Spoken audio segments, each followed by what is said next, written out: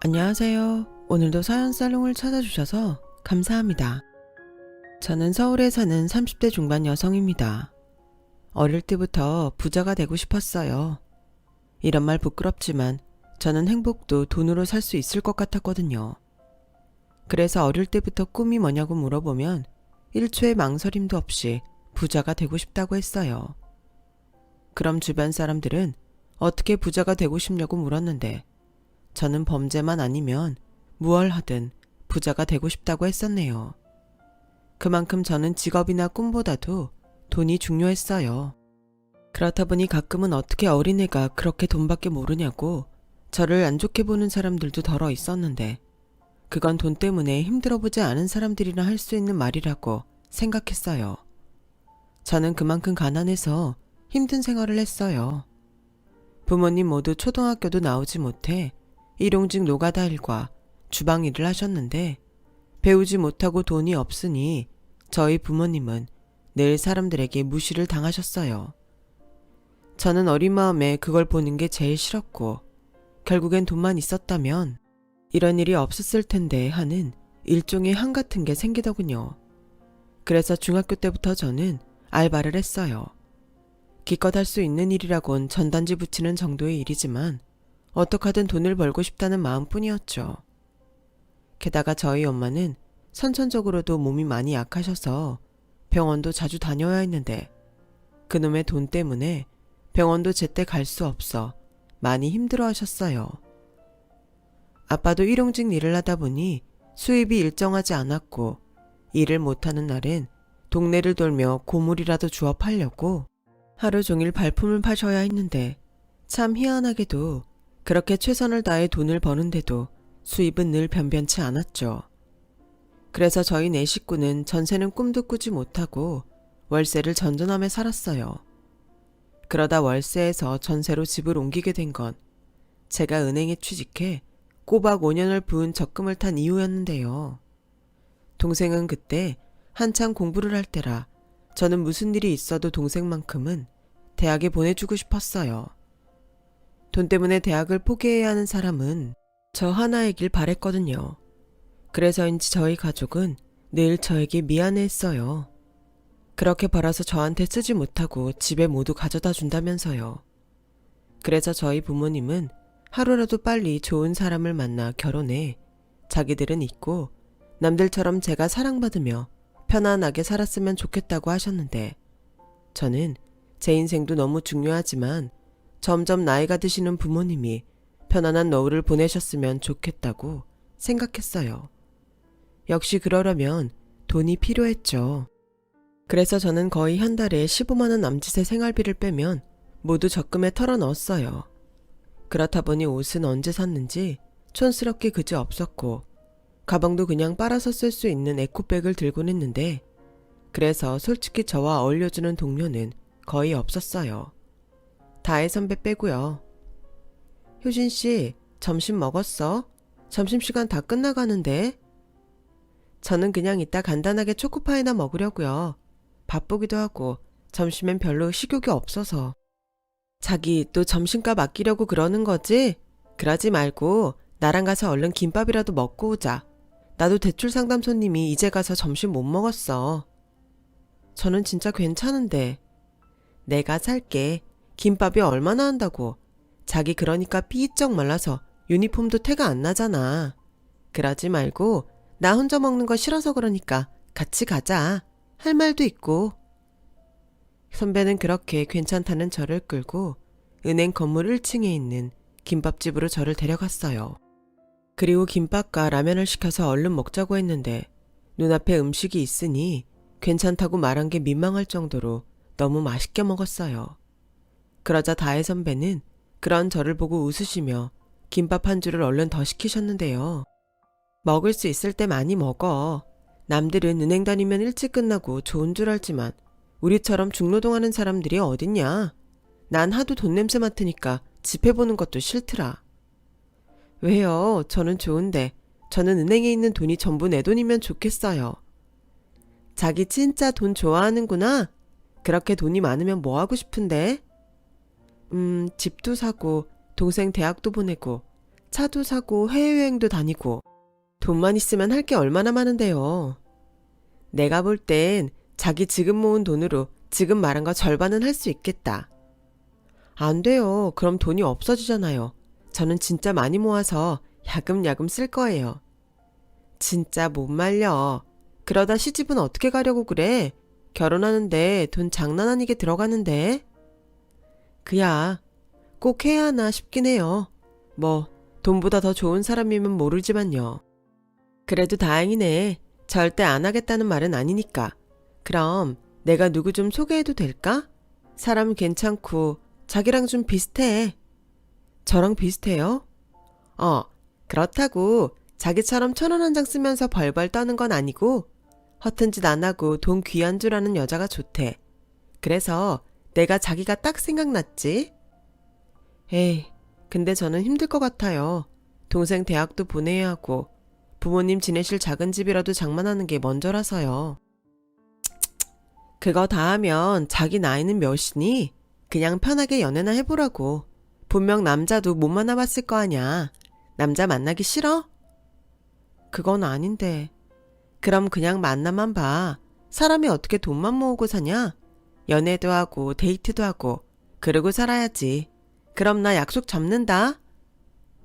저는 솔직히 선뜻 내키지 않았어요. 그도 그럴 게 저 혼자 쓰는 15만 원도 턱없이 부족한데 거기에 남자까지 만나다니 말도 안 된다고 생각했죠. 하지만 저도 여자라 연애를 하고 싶은 마음은 있었어요. 그래서 일단은 어떤 사람인지 만나만 보자고 생각했는데 만나면 만날수록 사람이 괜찮더라고요. 저는 밑으로 남동생이 있는데 그 사람은 밑으로 여동생이 있었고 홀어머니랑 살아서 자기가 실질적인 가장이라 그 사람 역시 돈이라면 간절한 사람이었어요. 그렇다 보니 서로 가치관이 비슷했고 대화도 잘 통했는데 태어나 이렇게 제 마음을 오해 없이 알아주는 사람이 또 있을까? 할 정도로 저는 그 사람이 좋았어요. 그래서 장작 연애 5년 만에 둘이 돈을 모아 결혼을 하게 됐고 저희는 허례허식 없는 소박한 결혼식으로 부부의 연을 맺었어요. 양가 형편이 서로 비슷하기 어려워서 공평하게 어느 쪽에서도 지원받지 못했지만 하나도 서운하지 않았어요. 몰랐던 것도 아니고 누가 누구에게 서운할 처지가 못 됐으니까요. 그래서 저희 둘은 결혼을 하기 위해 둘이 똑같이 돈을 모았는데 그 돈으로 결혼식도 전셋집도 그리고 혼수 장만도 해결했어요. 물론 전세보증금은 대출을 받아야 했지만 월세가 아닌 전세로 가게 된 것이 둘 다 기뻤네요. 시어머니는 제가 은행에 다니는 게 좋으셨는지 처음 뵀을 때부터 저에게 잘해주셨고 크게 부딪히는 일이 없어 저는 결혼은 잘한 편이라고 자부했어요. 그즈음 남동생도 대학을 마쳐 대기업까지는 아니지만 서울에 있는 번듯한 직장에 다녔고 기특하게도 저에게 이제부터 부모님 생활비는 자기가 책임진다며 결혼했으니 자기네들 걱정하지 말고 편하게 살라고 했어요. 야, 그래도 너 장가 가려면 돈 모아야지. 모으면 되지. 그리고 시집가 쓰면 그만이지. 무슨 친정까지 생각하냐? 그럼 매형이 싫어해. 그래도 엄마 아빠 노후는. 시끄러워. 내가 장남이야. 내가 알아서 해. 내가 누나 덕에 대학도 무사히 나왔고 이만큼 벌고 살아. 이젠 내 차례야. 그동안 내가 얼마나 미안했는지 알아? 뭐가 미안해. 누나만 고생했잖아. 공부도 잘했는데 대학도 못 가고.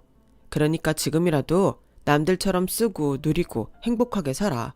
누나 꿈 있잖아. 한강 보이는 고층 아파트. 그거 꼭 사. 저는 동생의 말에 눈물이 났어요. 사실 그 꿈을 갖게 된 건 어른이 되고 난 후였는데 그냥 꿈이라고 생각했거든요.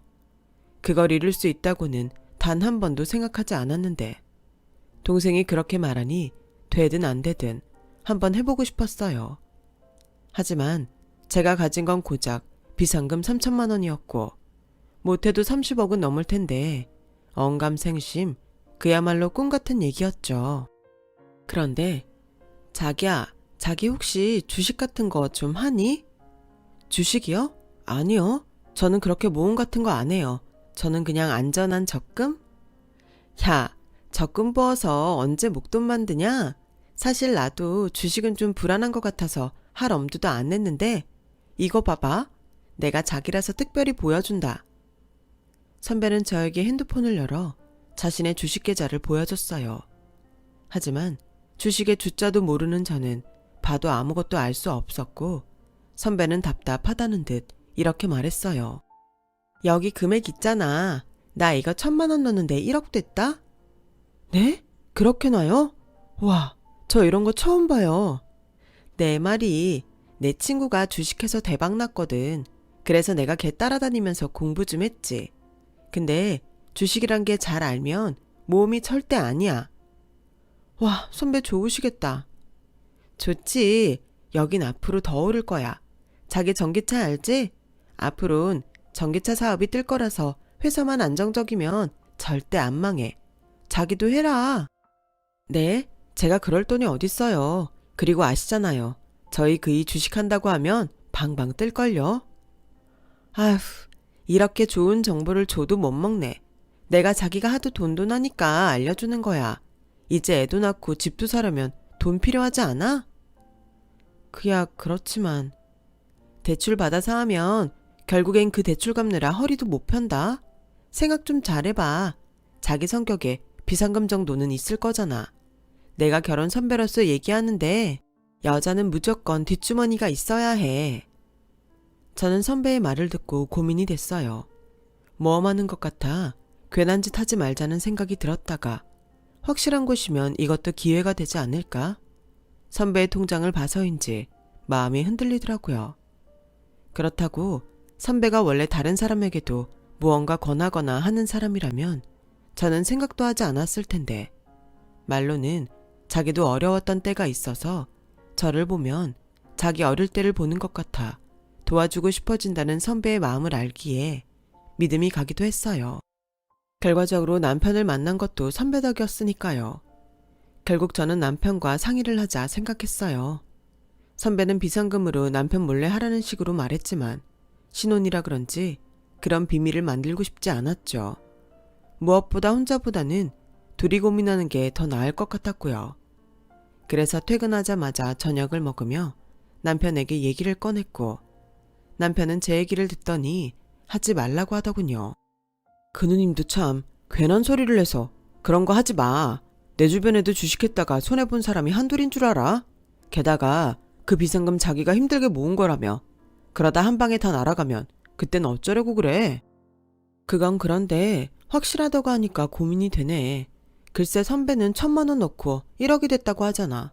자기는 혹하지 않아? 전혀. 어쩌다 한 번 터진 걸로 그렇게 혹하면 안 돼. 자기 그러다 큰일 난다. 그래도 혹시 알아? 우리도 돈 벌 수 있을지. 만약에 목돈 되면 우리 이 집 얻을 때 받은 전세보증금 대출 다 갚을 수 있잖아. 됐네요. 가만 보니 자기 그거 엄청 하고 싶구나. 그럼 나는 모르겠다. 당신 돈이니까 당신이 알아서 해. 어차피 자기랑 내가 모은 돈은 안 건드릴 거잖아. 그야 그렇지. 그건 공금이잖아. 그럼 한번 해봐. 한 100만 원 정도 까먹는다고 생각하고 그래야 후회라도 없지. 남편은 주식 투자는 무조건 손해를 본다는 듯 그렇게 말했어요. 그리고 남편과 상의하면 답이 나올 거라고 생각했는데 남편과 이야기를 하다 보니 저는 점점 주식을 한번 해보고 싶다는 생각이 강해졌죠. 그래서 다음날 선배에게 말해 주식 계좌를 만들었고 선배가 말한 곳에 난생 처음 주식 투자를 했어요. 손이 어찌나 벌벌 떨리는지 이것도 아무나 하는 게 아니구나 싶더라고요. 그리고 선배의 조언에 따라 올랐는지 떨어졌는지 매일매일 확인하지 않으려고 노력했고 딱 한 달이 됐을 때 조마조마한 마음으로 주식을 확인했는데요. 글쎄 제가 산 주식이 올라서 100만 원이 1,000만 원이 좀 못되게 올라 있었어요. 어찌나 놀랐는지 저는 눈이 휘둥그레졌고 선배는 그 사이 자기는 더 큰 돈을 벌었다며 이참에 큰 집으로 이사를 간다고 했는데 얼마나 부러웠는지 몰라요. 저 역시도 내 집 마련에 꿈이 있었으니까요.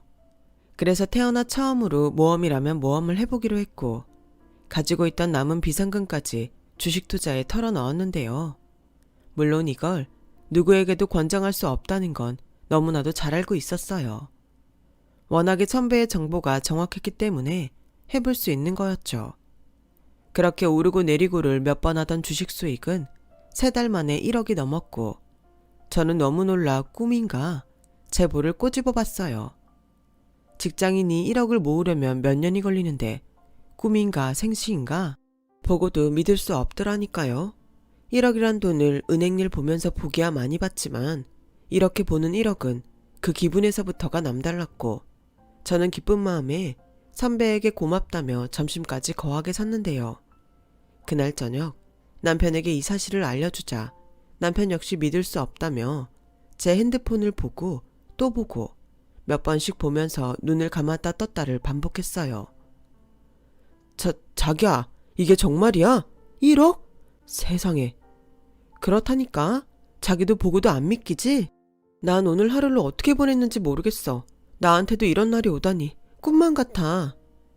그러게, 손해봤다는 사람만 봤지 이렇게 주식으로 대박나는 사람을, 그것도 내 와이프가 그랬다니. 자기야, 정말 잘됐다. 우리 이걸로 뭐 하지? 전세자금 대출받은 거 갚을까? 일단은 조금 더 지켜보려고. 선배가 그러는데 아직은 더 오를 수 있다고 선배 친구가 빼지 말라고 했대. 정말? 여기서 더 오른다고? 야, 이거 꿈 아니지? 저에게 주식 투자를 말리던 남편은 갑자기 수익이 확 불어난 제 주식을 보고 자기가 더 좋아서 활짝 웃었어요. 그리고 어릴 때부터 갈망하던 돈을 한순간에 번 저는 그 돈으로 어떤 행복을 살 수 있을까 행복한 고민에 빠졌는데요. 그때는 그게 저에게 독이 될 거라는 걸 미처 알지 못했어요. 그렇게 며칠 후 무슨 일인지 남편이 집에 다녀오겠다고 했고 시댁에 다녀온 남편은 심각한 얼굴로 저에게 할 말이 있다고 했는데요. 어째 뭔가 예감이 설명할 수 없지만 별로 좋지 않았어요. 저기 명주가 결혼할 사람이 있다고 하네. 정말? 아가씨 아직 결혼 생각하기엔 좀 어리지 않나? 그래도 뭐 좋은 사람 만나면 일찍 할 수 있는 거니까. 그래서 오늘 어머님 뵙고 온 거야? 그런 일이면 나도 부르시지. 그게 분위기가 별로 안 좋아서. 왜? 무슨 일 있어? 그게 그 매제될 사람이 치과 의사라고 하는데. 뭐? 와, 우리 아가씨 능력 있네? 근데 그쪽 집에서 좀 과하게 뭘 원하는가 봐. 아직 상견례도 하지 않았는데 명주한테 혼수 얘기를 벌써 하나 보더라고. 거기에 예단은 그냥 돈으로 달라고 했대. 1억. 뭐? 1억? 1억이 누구 이름도 아니고 그렇게 받으면 절반은 돌려주고? 아니, 그냥 시집 오는 조건으로 1억 현찰로 달라고 했다나 봐. 세상에, 그 집도 진짜 너무한다. 아무리 아들이 치과 의사라도 그렇지 아가씨 걱정이 많겠네. 아직 돈도 얼마 못 모았을 텐데. 그러니까. 근데 내 동생은 그 남자 아니면 절대 안 된다고 울고불고. 그래서 하는 말인데 우리가 좀 도와주면 안 될까? 우리가? 얼마나? 우리도 그럴 여유는 없잖아. 그렇다고 대출받아 도와주는 건 좀 아닌 것 같고. 자기야, 우리가 왜 대출을 받아? 자기 주식 수익 난 돈 있잖아. 우리 그 주식 팔아서 그걸로 도와주자. 뭐라고? 아니, 왜 아가씨 시집가는데 그 돈을 써야 해? 그럼 어떡해. 당장 그런 큰 돈이 어딨어? 설마 자기 돈이라고 내 동생한테 주는 거 아까워? 자기는 어떻게 생각할지 모르지만 내 입장에선 좀 그렇지. 내가 이 돈 모은다고 얼마나 고생했는데. 뭘 모아. 주식 투자로 한 방에 불린 거잖아. 아니, 여기에 들어간 3천만 원은 내가 정말 힘들게 모은 거야. 투자금이 3천만 원이나 됐으니까 1억이 된 거지. 자기 그 말은 좀 서운하다. 가족들끼리 힘들 때 도울 수도 있는 거지. 지금 네 돈 내 돈을 가리자는 거야? 내 동생 그 돈 없으면 시집 못 간다니까. 자기는 내 동생이 돈 없어서 결혼 못했으면 좋겠어? 아니, 왜 나한테 화를 내? 아무리 가족이라고 해도 이건 아니지. 자기는 내 동생 결혼한다고 자기 돈 달라고 하면 좋다고 줄 수 있어? 그리고 다른 일도 아니고 자기 결혼 문제인데 자기가 해결해야지. 그 남자는 뭐라는데? 자기 집에서 1억 달란다고 그 돈을 자기 집에 주라고 해? 지금 그런 말이 무슨 소용이야? 돈이 없으면 이 결혼이 엎어진다는 게 중요하지. 자긴 내 동생이 불쌍하지도 않냐? 난 자기가 내 말 들으면 알겠다고 그러자고 할 줄 알았어. 그런데 그렇게 돈 얘기에 선을 긋냐? 정말 실망이다. 미안해. 근데 어쩔 수 없어. 아가씨 일은 안타깝지만 그 돈은 못 해줄 것 같아. 진짜 너무한다. 나는 처남이 똑같은 상황이라고 하면 당장이라도 내줄 거야. 자기 그렇게 안 봤는데 자기는 사람보다 돈이 더 중요하냐? 다른 사정이면 몰라도 이번 일 같으면 난 내 돈이 더 소중해. 설마 어머님이랑 아가씨한테 나 주식으로 돈 번 거 말한 거 아니지? 남편은 제 말에 아무 말도 하지 않았어요. 그리고 금방 알 수 있었죠. 남편이 이미 제 주식에 대해 모두 다 말했다는 것을요. 남편과 한참 실랑이를 벌이고 있는데 그걸 못 참았는지 시어머니가 저에게 전화를 하셨거든요. 나다. 상민이한테 얘기 들었지? 나도 상민이한테 네 얘기 들었다. 얼마나 다행이냐. 이렇게 막막할 때 네가 주식으로 돈을 벌어서. 저기 어머니, 아직 그 일랑 얘기 중인데요. 저는 그 돈 못 드려요. 죄송합니다. 뭐? 예. 아무리 돈이 좋다고 해도 이건 사람 인생이 달린 일인데 너 너무 성급한 거 아니냐? 저도 제 인생이 걸린 일이라서요. 죄송합니다. 아가씨한테도 미안하다고 전해주세요. 예, 너 그러지 말고 다시 한번 생각해주면 안 되겠니? 네가 못 봐서 그러지. 지금 명주 난리도 아니다. 이 결혼 못하면 확 죽는다고 난리야. 옆에서 보면 로미오와 줄리엣이 따로 없다니까. 둘이 그렇게 사랑하는데 그깟 돈 때문에 갈라놔야 하겠어? 그러니까 왜 그게 제 돈이어야 하는 건데요. 무슨 말씀을 더 하셔도 제 마음은 바뀌지 않습니다. 죄송해요. 저는 계속 핸드폰을 들고 있으면 대화가 끝이 나지 않을 것 같아 최대한 정중하게 전화를 끊었어요.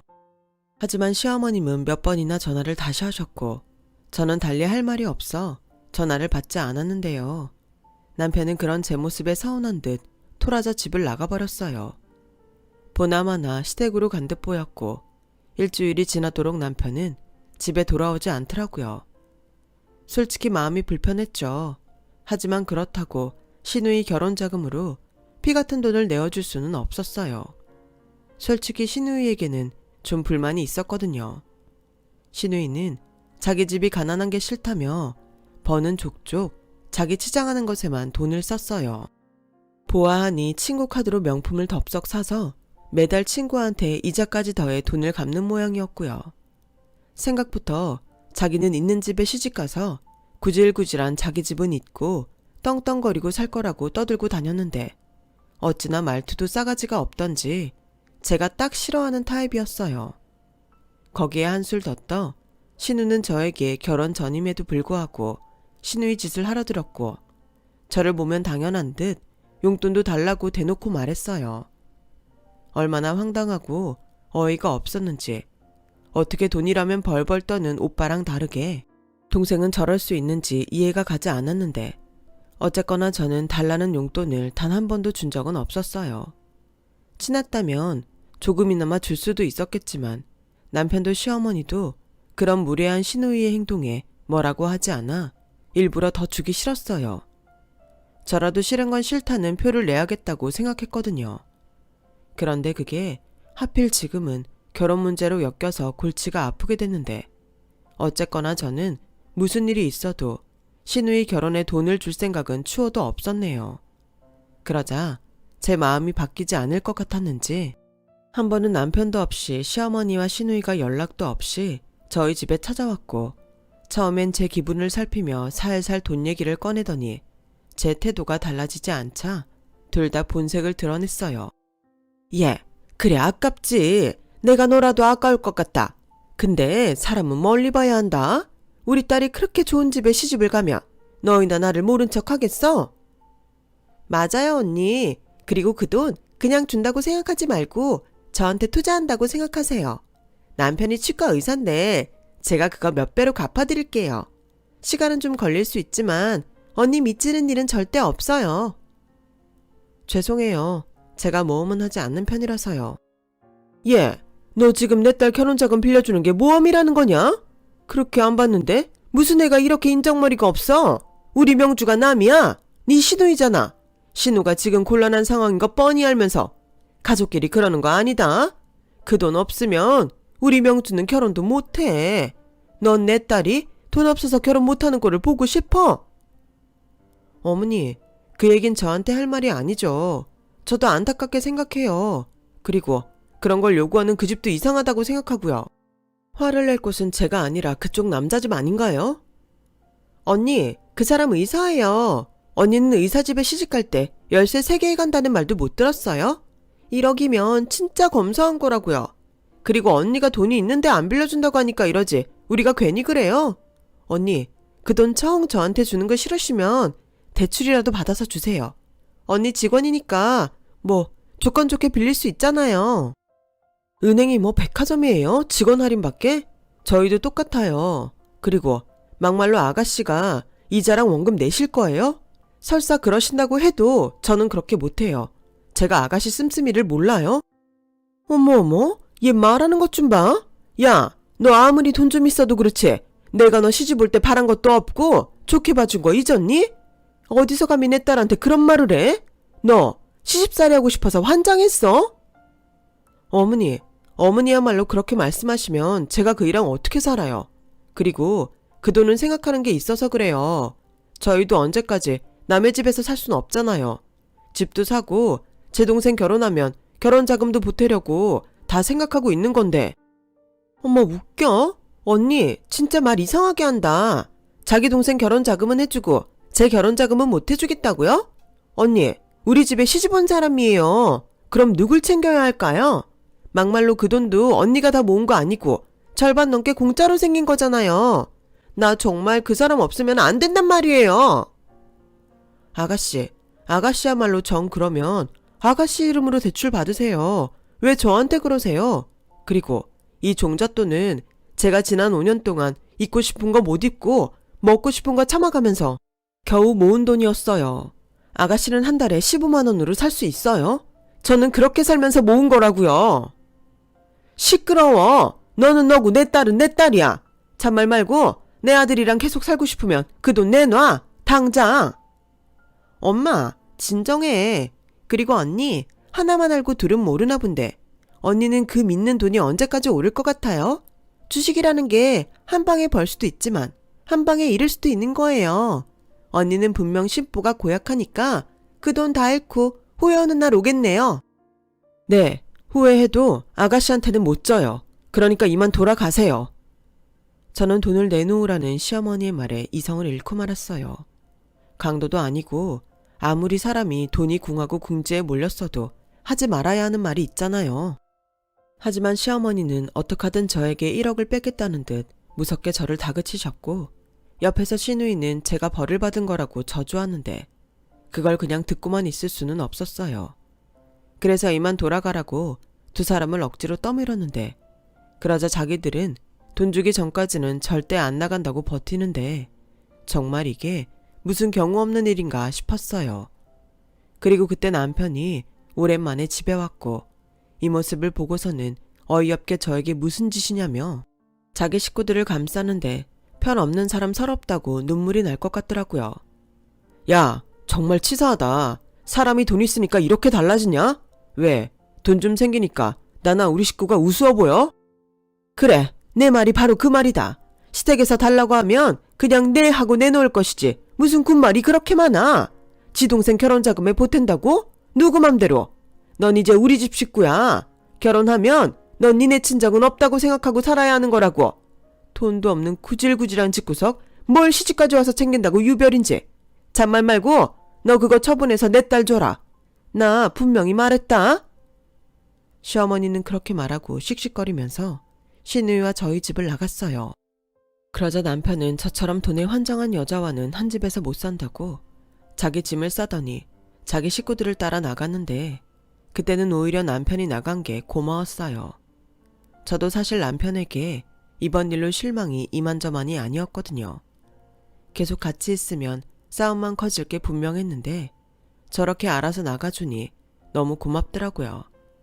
하지만 여전히 제 속은 부글거렸고 그저 제 돈에 침 흘리며 달려드는 남편과 남편 식구들이 기생충처럼 느껴져 화가 났어요. 제가 정말 너무한 걸까요? 만약 시어머님이 돈이 필요하신 상황이거나 어디 아프셔서 병원비가 필요한 거라고 하면 저는 아쉬워도 돈을 드렸을 거예요. 하지만 다른 일도 아닌 시누이 시집 가는데 제가 왜 돈을 내놓아야 하는지 그들의 논리가 저를 자꾸만 화나게 했어요. 그래서 한 번은 점심을 먹으며 선배에게 고민을 털어놨어요. 선배는 그러자 제게 왜 뒷주머니 차고 있으라니까 남편에게 말했냐고, 제 잘못도 있는 거라고 말했고, 이미 지나가 버린 일 탓할 수는 없으니 그저 골머리를 앓을 수밖에 없었어요. 그러는 사이 주식도 조금씩 계속 떨어지기 시작했어요. 저는 떨어지는 주식을 보며 이 돈을 빼야 할지 계속 넣고 있어야 할지 몰라 마음만 조급해졌는데, 돈을 벌어 무척이나 행복했지만 그 대가는 과히 작지는 않았죠.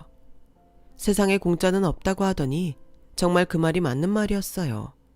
그리고 남편에게 전화가 왔는데 저는 무슨 일인가 싶어 반갑지 않았지만 전화를 받았고, 남편은 제 생각이 바뀌었는지 확인하고 싶어하는 눈치더군요. 어떻게 생각 좀 해봤어? 주식 확인하니까 떨어지고 있던데 그거 봐. 그냥 지금이라도 있는 거 빼고 명주 도와주자. 싫다고 몇 번을 말해야 해. 그리고 나 주식 뺄 생각 없어.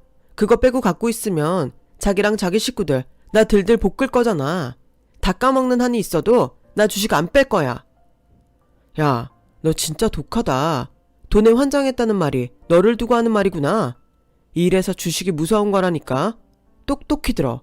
내 동생 결혼 엎어지면 그건 다 네 탓이야. 내 동생이 결혼 못하고 잘못되잖아? 그럼 내가 너 절대 가만 안 둔다. 뭐라고?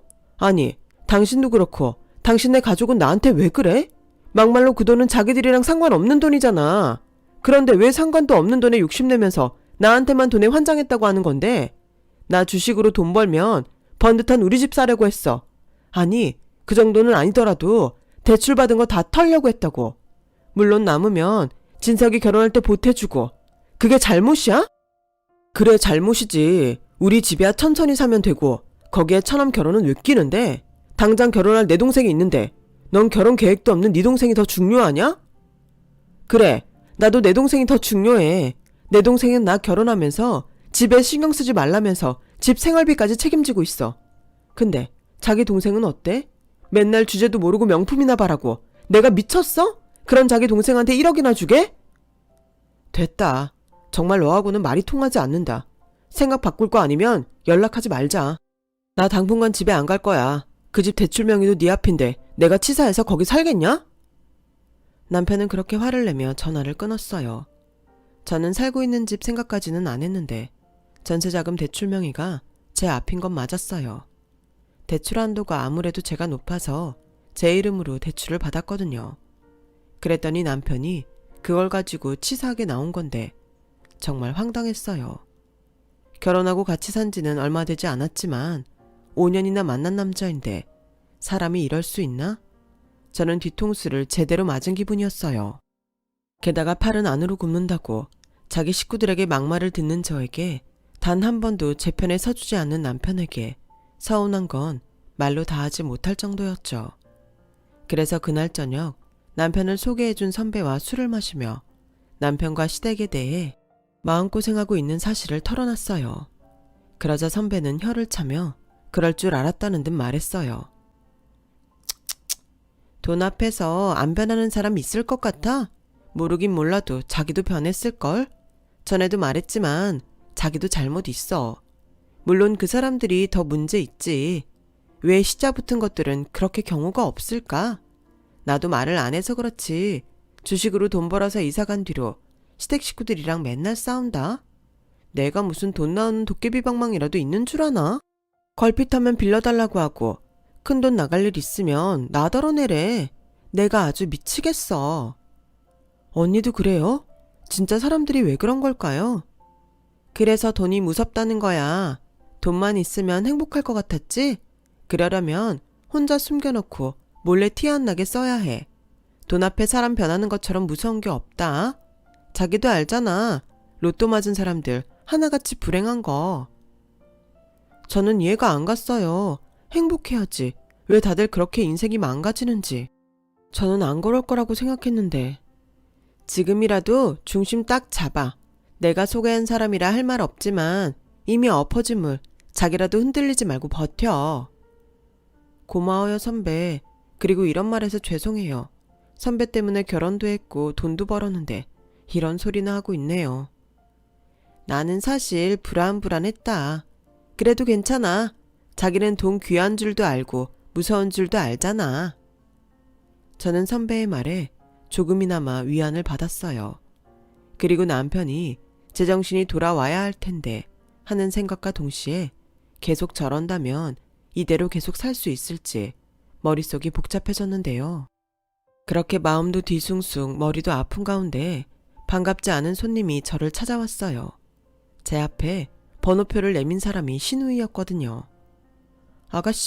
아가씨가 여기 무슨 일로 오셨어요? 은행 볼일 보시려고 온 거예요? 아니, 언니 보려고 왔는데요. 언니 바쁠까봐 연락을 못했어요. 전에는 제가 잘못했어요. 내내 사과하고 싶었어요. 아가씨, 여기서 이러지 말고 근처에서 잠깐만 기다려줘요. 제가 조금 있으면 점심시간이라 그때 다시 얘기해요. 저는 일단은 일을 하고 있었기 때문에 신우를 다른 곳에 가 있게 하고 싶었어요. 하지만 신우는 그럴 것 같았으면 오지 않았다는 듯 물러나지 않았고 그 자리에서 또다시 지긋지긋한 돈 얘기를 꺼냈는데요. 사람 일하는 곳에 와서 이러니 저는 정말 미치고 환장할 노릇이었어요. 언니, 오빠 지금 저희 집에 있는 거 알죠? 아니, 언제까지 신혼부부가 떨어져 지낼 생각이에요? 그러지 말고 제가 오빠한테 잘 말해뒀으니까 두 사람 얼른 화해해요. 나한테 돈 주면 모두가 해피하게 끝날 일이잖아요. 아가씨, 그 말이라면 제가 몇 번이나 말했잖아요. 그리고 저 지금 근무 시간이에요. 알아요. 그래서 이렇게 번호표 뽑고 왔잖아요. 저 지금 고객으로 온 거예요. 아가씨는 저희 은행 계좌도 없으시잖아요. 미래의 고객이라는 말 몰라요? 그리고 제가 그냥 달라는 것도 아니고 빌려달라는 건데 정말 안 되겠어요? 제가 무슨 일이 있어도 갚는다니까요. 설마 제가 그 돈 안 갚을까봐 그래요? 네, 솔직히 그런 면도 없지 않네요. 언니, 아니지. 그래요. 평상시 제 모습 아시니까 언니는 그럴 수 있어요. 그런데 저랑 결혼할 남자 의사예요. 저는 의사 사모님 되는 거고요. 그럼 제가 그 돈을 왜 못 갚아요? 그러니까 이렇게 부탁할 테니 이번 한 번만 저 좀 도와주세요. 나 결혼하면 우리 엄마 노후도 제가 책임질게요. 아가씨의 간절한 마음 모르는 거 아닌데 그래서 더 많이 미안하고 불편해요. 제 마음 변하는 일 없으니까 이만 돌아가 주세요. 아니, 오빠한테 들으니까 집 사려고 그랬다는데 집은 천천히 사도 되잖아요. 동생 결혼도 그래요. 만나는 여자 있어요? 결혼 언제 하는데요? 그냥 빌려주기 싫어서 하는 소리잖아요. 네, 저 돈 빌려주기 싫어요. 그럴 돈 있으면 그냥 저희 친정 전세 사는데 작은 집이라도 마련해드리는데 쓰고 싶어요.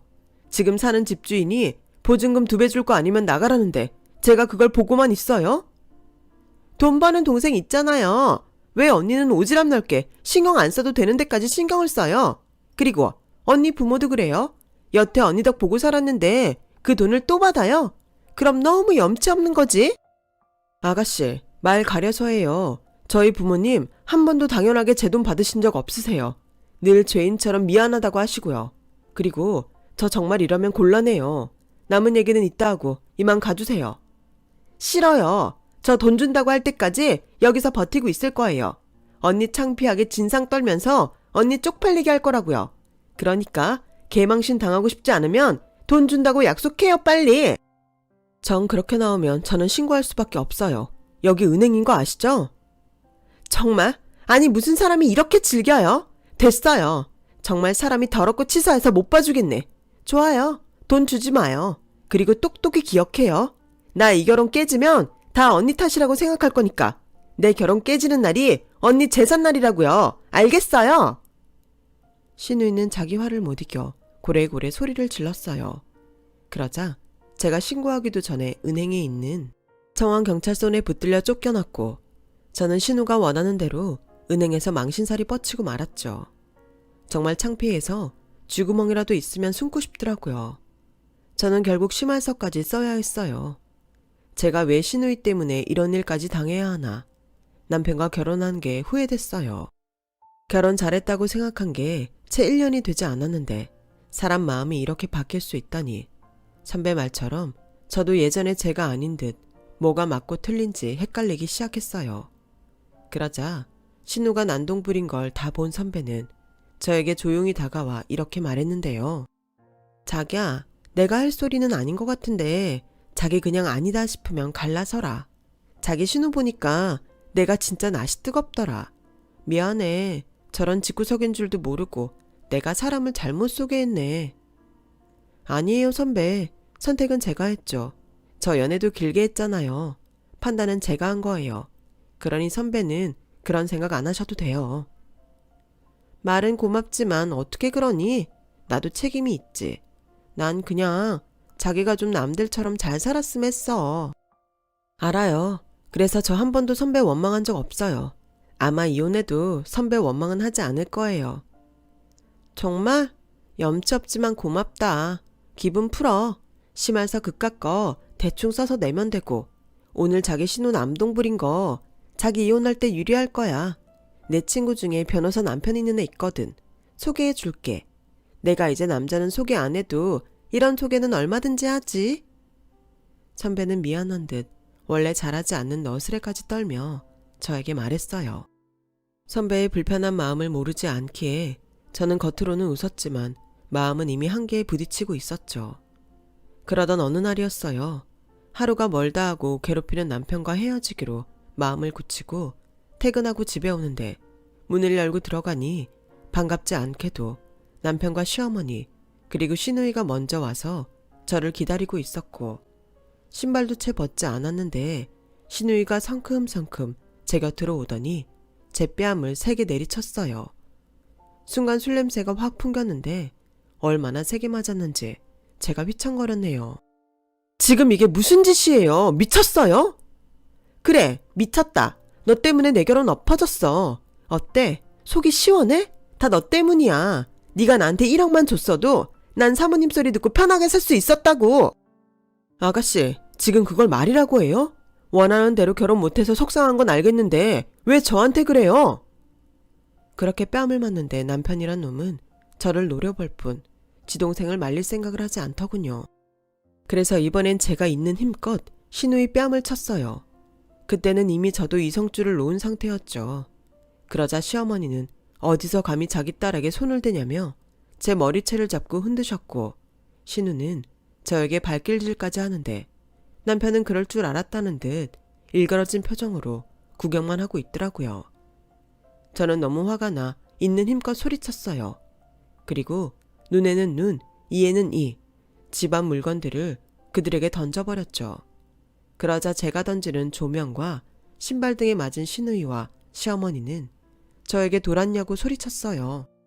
당신들이 그러는데 내가 미치지 않고 어떻게 살아요? 그 결혼이 나 때문에 엎어졌다고요? 정말 그렇게 생각해요? 처음부터 편하게 살 생각으로 주제도 모르고 시집가려고 했던 게 잘못이라는 생각은 아무도 못하나 보네요. 엄마, 전현 하는 소리 좀 봐.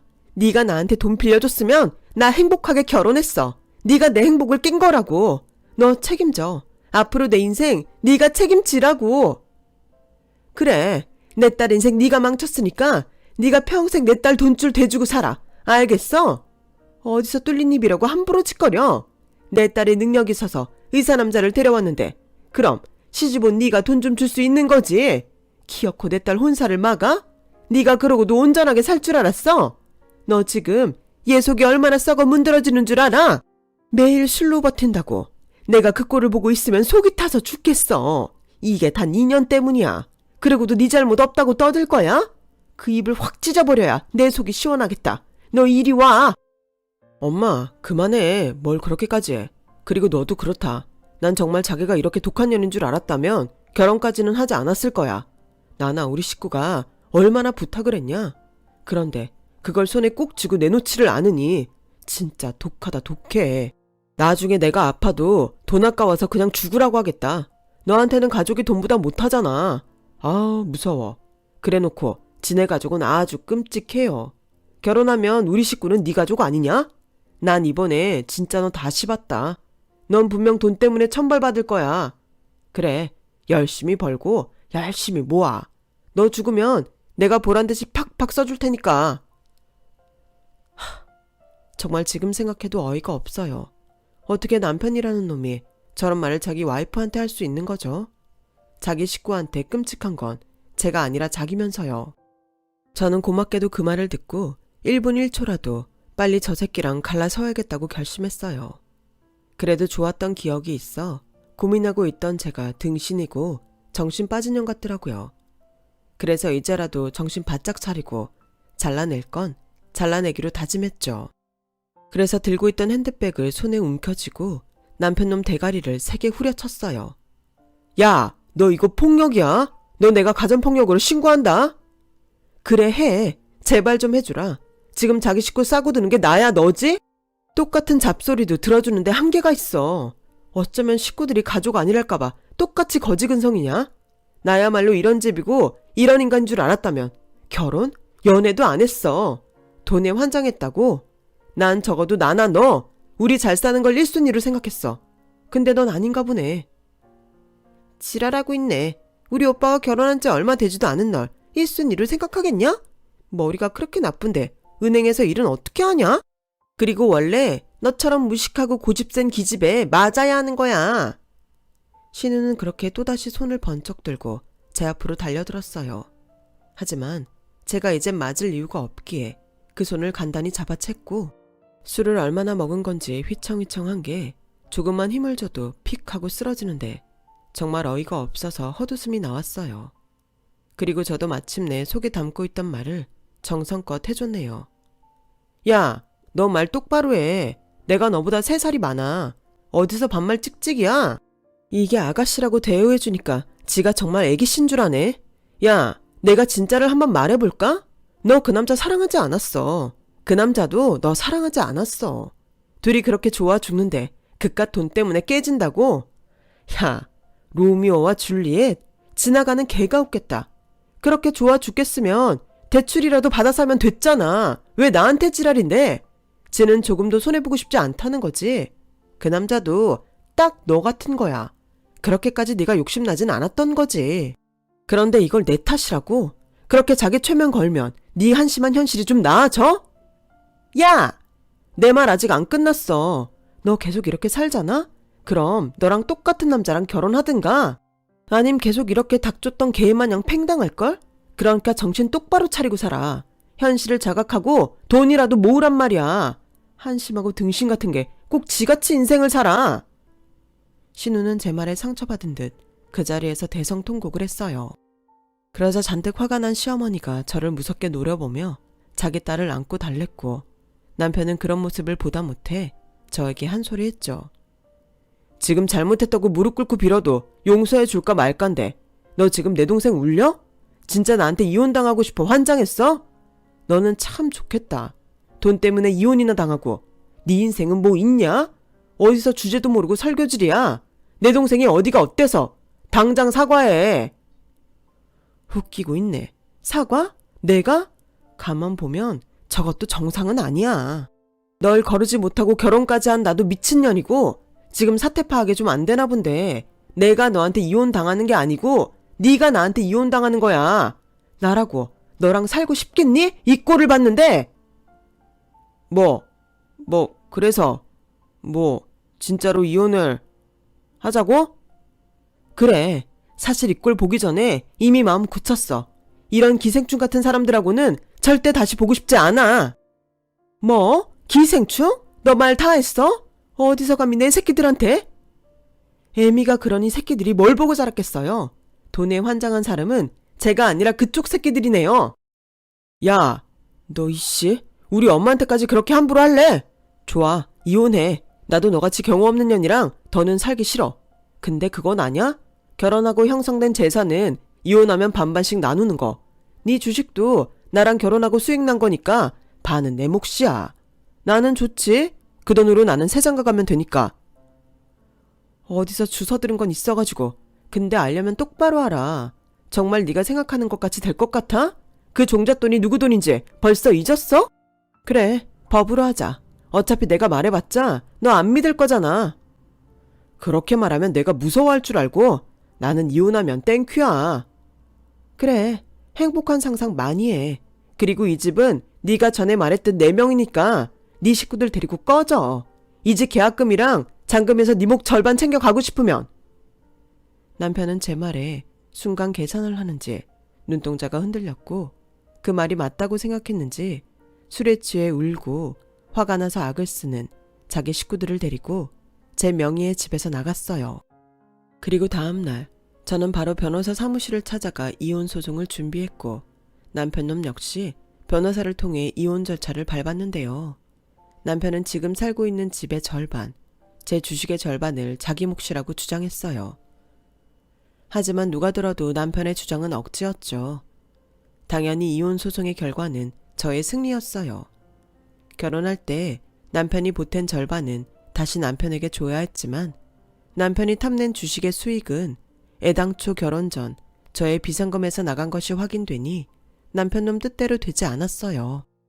게다가 제가 근무하는 은행에까지 와서 행패를 부리던 신우이의 사건과 시어머니와 신우, 거기에 남편까지 합세해 제가 싫다는 의사를 분명히 했음에도 지속적으로 돈을 뜯어내려 한 점이 이혼 사유로 인정되어 저는 1,000만 원이라는 위자료까지 받을 수 있게 됐는데요. 그러자 남편놈은 자기는 억울하다며 인정할 수 없다고 판사님 앞에서 소리를 치더군요. 그 순간 저는 더 명확히 알았어요. 돈에 환장한 인간은 저놈이라는 걸요. 그냥 자기도 중심 잘 잡고 제 편에 섰다면 자기도 저와 좋은 집에서 행복하게 살 수 있었을 텐데 저는 자기 목을 자기 발로 찬 남편놈이 불쌍했어요.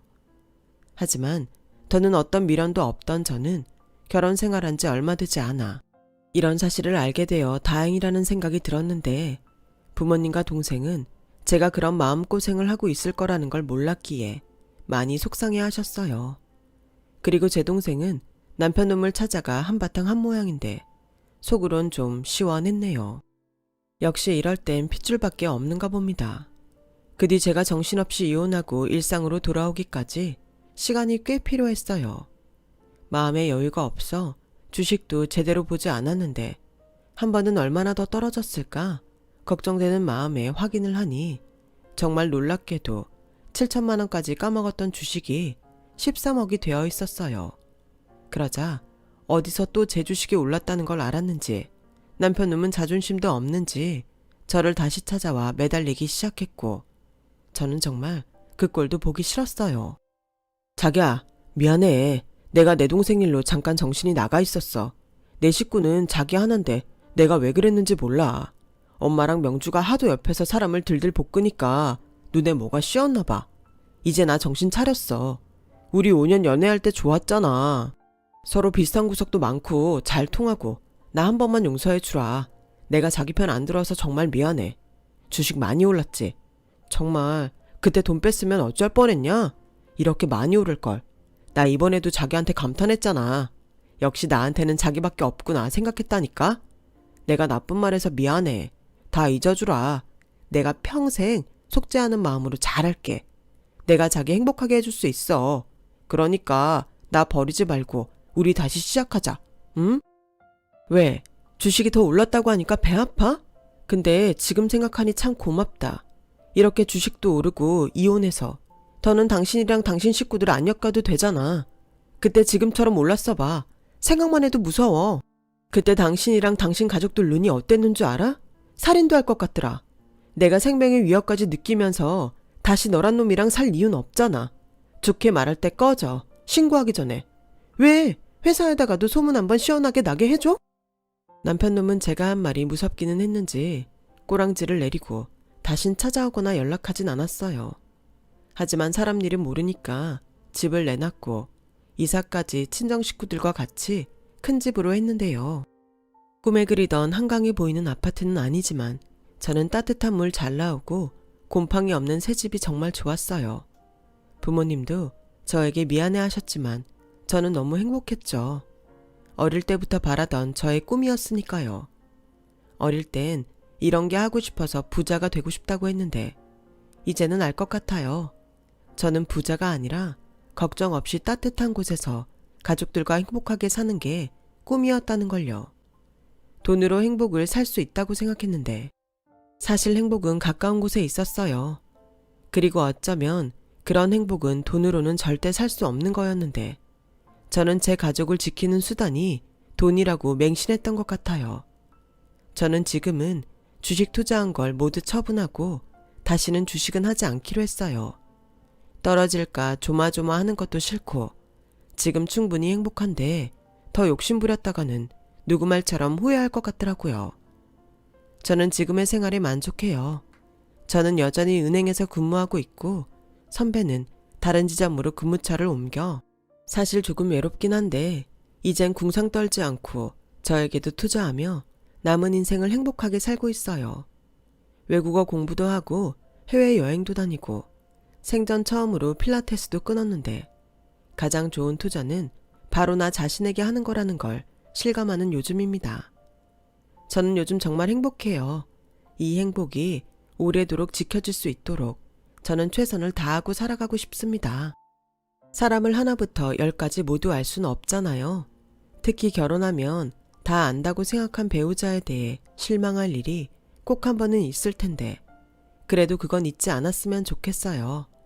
결혼한 순간부터 당신의 가족은 당신과 결혼한 그 사람이라는 걸요. 서로를 배려하고 지켜주는 마음. 저는 그게 없어 이혼을 할 수밖에 없었지만 나중에라도 기회가 된다면 그런 행복한 결혼을 하고 싶네요. 앞으로 제가 그런 좋은 인연을 만날 수 있길 바라면서 저의 이야기를 여기서 마치도록 하겠습니다. 지금까지 긴 저의 이야기 들어주셔서 감사해요. 늘 행복하시고 좋은 사람들과 좋은 시간이 되시길 진심으로 바라겠습니다. 여러분, 사연 댓글에 응원과 현명한 조언 부탁드려요. 좋아요와 구독은 저에게 큰 힘이 됩니다. 오늘도 좋은 일 가득하세요.